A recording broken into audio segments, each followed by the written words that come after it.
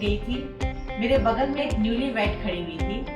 उसने शॉपकीपर से बोला लोबिया दे दीजिए, तो उसने लोबिया दिया, उसने पेमेंट किया और वो चली गई। कुछ दूर जाने के बाद वो फिर वापस आई और बोली कि क्या ये लोबिया ही है, नहीं तो मेरे को घर में डांट पड़ेगी। तो उसने बोला हाँ भाई ये लोबिया ही है। तो मैं सोचने लगी कि बच्चों को आजकल दाल के बारे में बस वो जानते हैं कि येलो दाल होती है और काली दाल होती है, जिसको कि आप लोग माँ की दाल कहते हैं। तो दालों में बहुत अधिक मात्रा में प्रोटीन होता है, विटामिन्स होते हैं, और सबसे अच्छी बात यह है कि जब हम दाल को आग में पकाते हैं तब भी इसमें पौष्टिक तत्व सुरक्षित रहते हैं। तो आज मैं पूनम बड़ी पाठशाला में आपको जो आजकल नई जनरेशन है उसको सब दालों के बारे में बताऊंगी। तो हम दालों को दो तरीके से बताएंगे, एक साबुत दाल मीन्स होल दाल एंड एक छिलके वाली दाल मीन्स स्प्लिट दाल। तो चलिए शुरू करते हैं। हमारे यहाँ दालों में जो सबसे महत्वपूर्ण दाल है मीन्स जो सबसे ज़्यादा प्रयोग में लाई जाती है वो है अरहर की दाल। ये देखने में इस तरह होती है और इसे लोग तुहर की दाल भी बोलते हैं। आप लोग कहते हो ना आज दाल चावल बनेगा, तो जो दाल चावल बनेगा उसमें जो दाल प्रयोग में लाई जाती है वो है अरहर की दाल।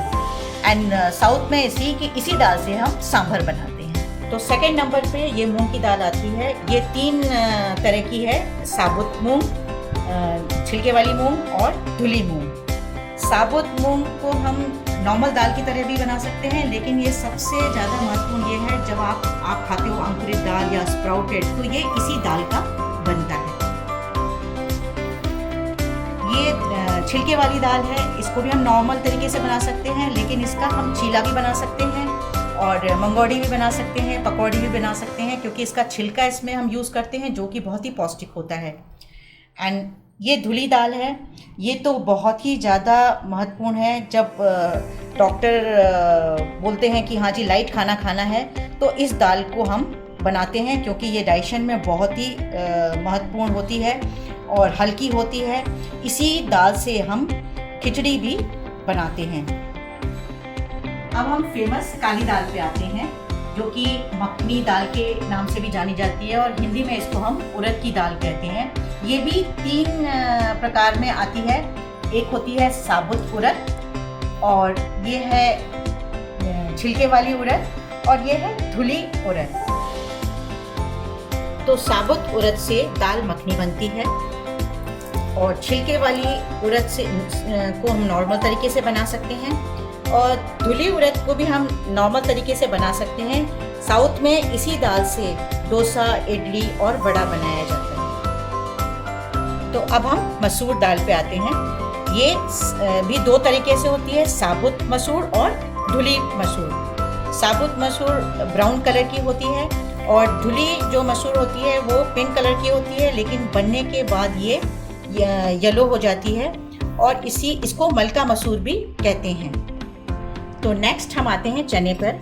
ये भी तीन तरीके के हैं, काला चना, ये काला चना है, और ये धुली चने की धुली दाल है, और ये है काबुली चना। काले चने को हम नॉर्मल तरीके से भी बनाते हैं, और सबसे जो आप लोग बनाते हो इससे ही स्प्राउट्स बनते हैं। इसी चने की से अंकुरित चना आप करते हो, इससे आप बेसन बनाते हो, और इस चने की दाल में लौकी डाल के आप बहुत अच्छी दाल बनती है ये। और इसको तो आप जानते हो काबुली चने को, ये तो छोले भटूरे जिसमें जो आप खाते हो ये उसमें यूज़ होता है। तो नेक्स्ट ये राजमा है, ये कश्मीरी राजमा है और ये है चित्रा राजमा।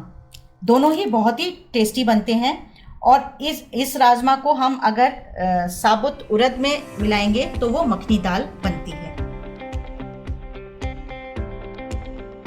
तो नेक्स्ट हम लोबिया पे आते हैं। ये भी दो प्रकार का होता है, एक ये वाइट लोबिया और ये रेड लोबिया। ये भी दाल के तरह बनाया जाता है, और इसको अगर हम रात में सोक कर दें और मॉर्निंग में इसमें टमाटर वगैरह, इसको बॉईल करके टमाटर वगैरह डाल के खाएं तो ये ब्रेकफास्ट में बहुत ही अच्छा लगता है। तो नेक्स्ट हम आते हैं मटर पे। ये हरी मटर है, ये येलो भी मिलती है, इसको भी हम दाल की तरीके से बना सकते हैं। तो ये है सोया, और इसको भी हम दाल की तरीके बना सकते हैं और इसको पीस के हम आटे में भी मिला के खा सकते हैं और ये बहुत ही पौष्टिक होता है। तो आज मैंने आपको इन 18 दाल के बारे में बताया है। वैसे तो और भी दालें होती हैं, कुल्लत दाल वगैरह, लेकिन मैंने आपको सिर्फ मेन दालों के बारे में बताया है। अब मुझे पूरा भरोसा है कि जब आप शॉप पे दाल खरीदने जाओगे तो आप उसके नाम से उसको मांगोगे, क्योंकि आप उसको पहचानते होगे। तो आज पूनम बड़ी पाकशाला में मेरा प्रयास था कि मैं बच्चों को और नई गृहिणियों को इन दालों से, इन भारतीय दालों से अवगत कराऊं, ताकि वो उसको इनके नाम से जाने और इनको पहचाने। तो मैं अपनी युवा पीढ़ी से अनुरोध करती हूँ कि मेरे इस चैनल को देखें और अगर पसंद आता है तो लाइक करें, शेयर करें और सब्सक्राइब करें।